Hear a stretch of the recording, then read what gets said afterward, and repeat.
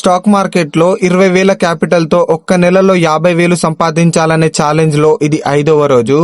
Guys, ఈ రోజు నేను బాగా అనాలిసిస్ చేశాను. ట్రేడ్ తీసుకునే ముందు నిఫ్టీ 50లో చాలా వాలటాలిటీ అయితే కనిపిస్తుంది.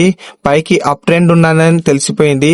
అలాగే ఇండియా విక్స్ చూసి ఫస్ట్ కాల్ అయితే తీసుకున్నాను. నా ఫస్ట్ ట్రేడ్ వచ్చేసి నిఫ్టీ 50లో 24,600 పుట్ సైడ్ అయితే తీసుకున్నాను. అండ్ నేను టోటల్ గా యూజ్ చేసిన క్యాపిటల్ వచ్చేసి 16,000.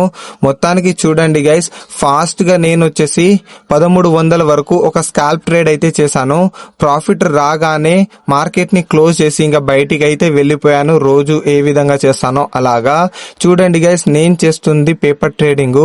పేపర్ ట్రేడింగ్ లో నేను సక్సెస్ అయితే గనక రియల్ ట్రేడింగ్ చేసి నేను ఎంత ప్రాఫిట్ చేస్తున్నాను, ఏం చేస్తున్నాను, నా డిసిప్లిన్ అండ్ నా హార్డ్ వర్క్ ఏ విధంగా ఉందో మీకు కన్ఫర్మ్ గా చూపిస్తాను. అంతవరకు వెయిట్ చేయండి.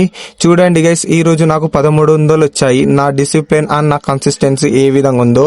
ఎప్పుడైనా చూడండి, మన ప్లాన్స్ ని నమ్ముకోవాలి, కానీ ఎమోషన్స్ ని నమ్మితే గోవింద్ అవుతుంది. మళ్ళీ కలుద్దాం గైస్.